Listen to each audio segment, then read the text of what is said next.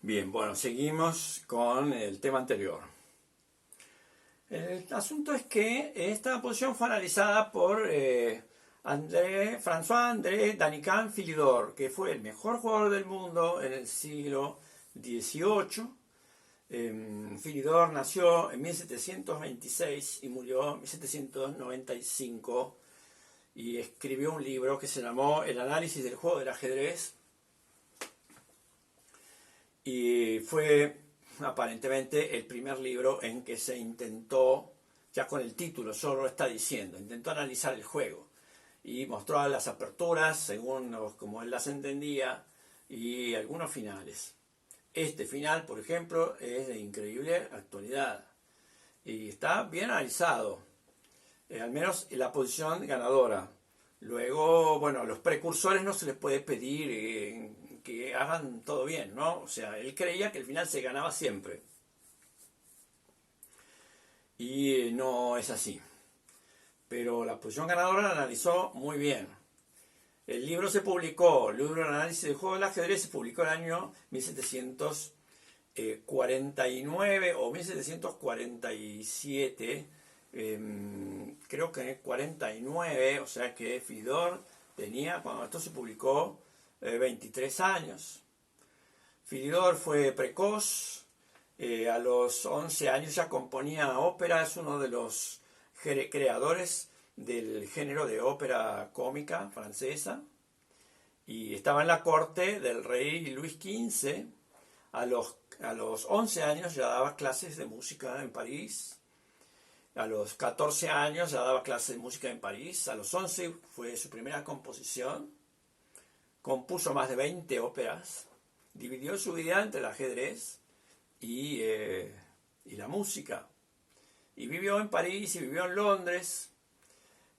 Tuvo que irse a Londres, fue contratado, iba y venía, creo que estaba 4 meses al año durante una época, y cuando fue la Revolución Francesa, poco después de la Revolución Francesa, en 1792, Philidor tuvo que emigrar a Londres porque él estaba considerado uno de los nobles privilegiados por la corona. Entonces, su situación era peligrosa, tuvo que emigrar.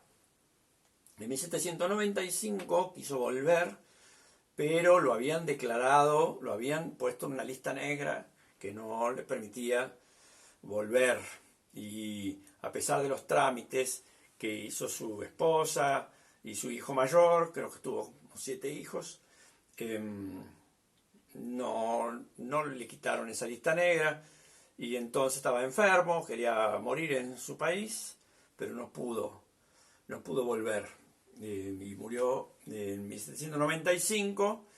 Unos días antes parece que le habían quitado la prohibición.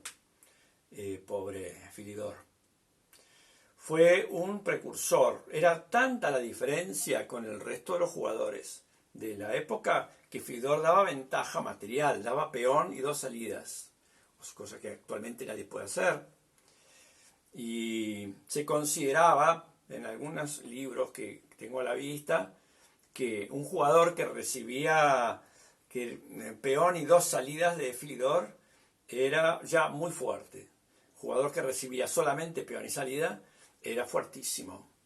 Y hay un match que le ganó creo que a Sarrat o Stamman, no me acuerdo bien, que le ganó 8-1, dándole como ventaja que las partidas tablas se contaban como victoria del otro. O sea, Philidor debía dar ventaja porque era demasiado superior a sus rivales. Por eso, que haya encontrado este final, torre alfil contra torre, en esa soledad ajedrecística que tenía, porque él no podía consultar ningún libro. Yo ahora quiero ver cómo se juega el final, voy al libro, digo, qué bien. Él no tenía nada de eso, ni siquiera tenía un par para que lo ayudara a analizar. Y lo interesante para mí es cómo se le ocurre tocar el tema. Cómo Philidor, ganándole fácil a todo el mundo en ese momento, dice, me voy a poner a averiguar cuál es el resultado, qué pasa con el final torre alfil contra torre. esa curiosidad intelectual me llama mucho la atención. Creo que hemos perdido un poco eso porque, claro, cualquier tema miramos para atrás y alguien ya lo analizó y ya partimos de una base. Él no tenía ninguna base donde partir.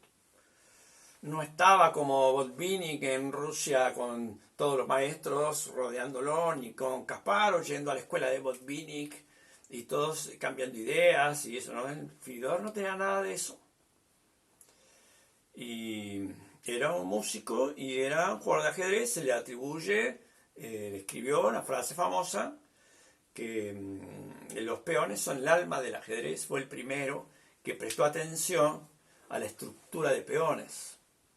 En la época las partidas se definían por inadvertencias, por colgadas de piezas, por mates, por combinaciones. Él intentó al menos una mirada profunda del juego, prestar atención a la disposición de los peones.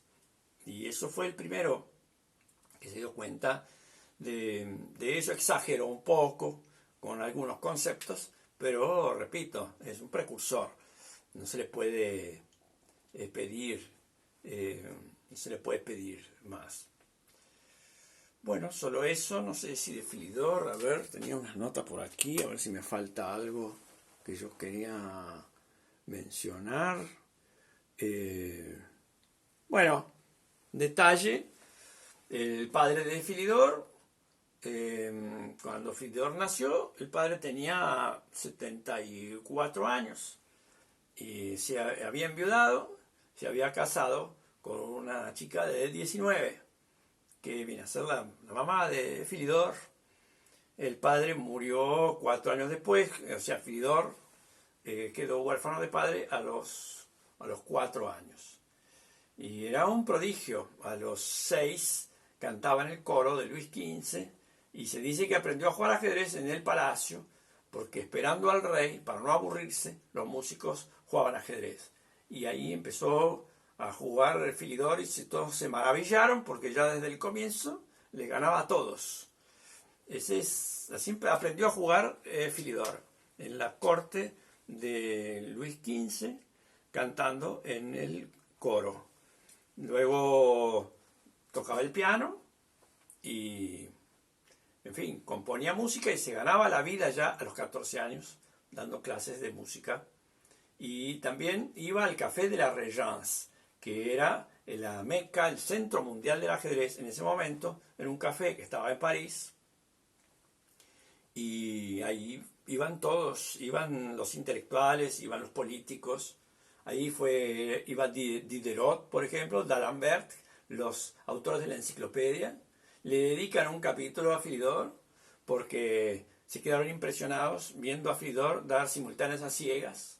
Daba 3 simultáneas a ciegas, Philidor, y estaban todos entusiasmadísimos con eso. Pensar que Najdorf dio 45 después, pero para la época, ya hacer 3 partidas a ciegas a la vez impresionaba al francés del siglo XVIII.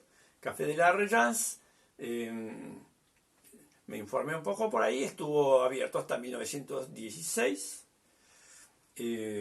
Ahí jugó matches Morphy contra Harrwitz, cuando Morphy fue en 1857 o 58. Y también Saint-Amand jugó matches allí. Los matches de la Bourdonnais con McDonnell, tengo entendido que se hicieron también en el Café de la Régence. Y Philidor era amigo de Benjamin Franklin, que fue embajador norteamericano en Francia en aquella época y jugaba al ajedrez con Philidor. Hay una calle dedicada a Philidor en París, bastante céntrica, pero tiene solo 2 cuadras. Y bueno, hay una placa, explicando que el músico ajedrecista Philidor. En fin, le han dedicado una calle corta, pero bueno, una calle al fin.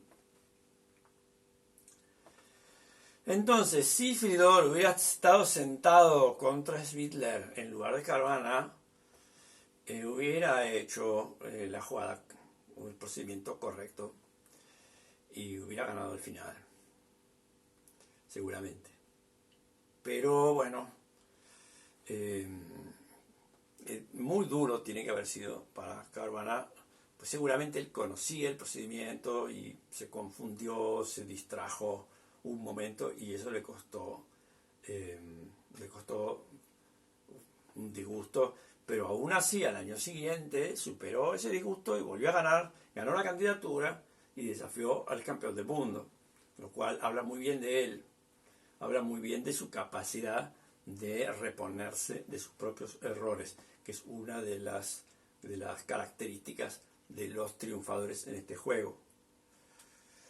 Esa fuerza psicológica, esa entereza de ánimo es fundamental y solo la tienen los que están arriba. Los que llegan alto porque tienen un conjunto de cualidades. A los demás les falta una o dos, ellos tienen todas. Bueno, muy bien. ¿Qué más les puedo decir? Bueno, para defenderse en este final hay dos defensas clásicas. Por ejemplo, si les toca defenderse con negras,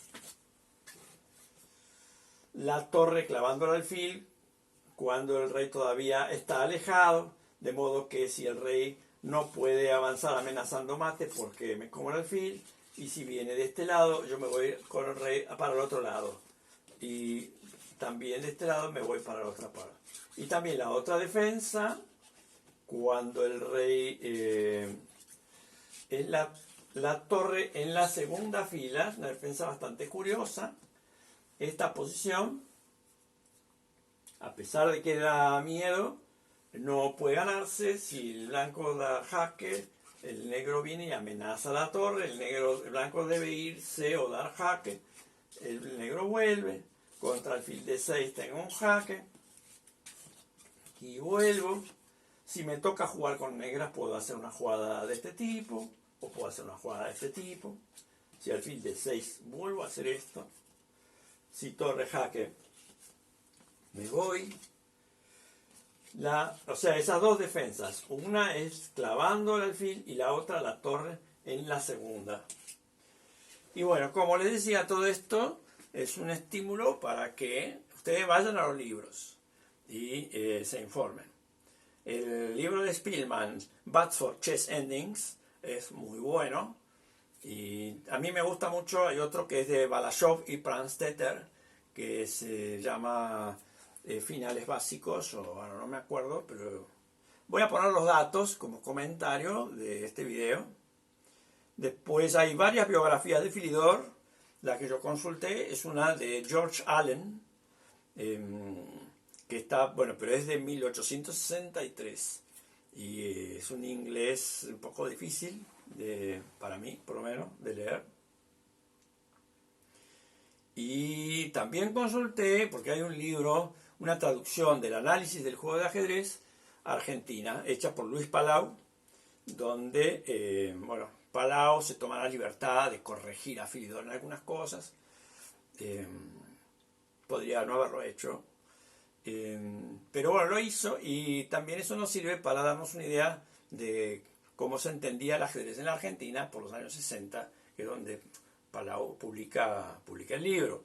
Y hace una síntesis, Palau, de la biografía de Philidor, que no encontré en otras partes, pero bueno, él dice que Philidor se encontró con mucha envidia como músico, que a propósito no le representaban bien las óperas para que no tuviera éxito.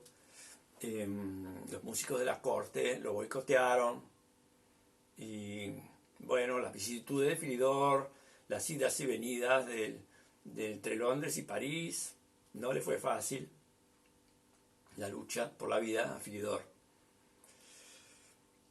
Bueno, muy bien, espero que esto les sirva como estímulo para que ustedes se informen directamente de las fuentes. Así se puede corregir las imprecisiones o las omisiones de lo que les cuento yo. Bueno, muy amables por estar aquí conmigo, por acompañarme, y hasta el próximo video.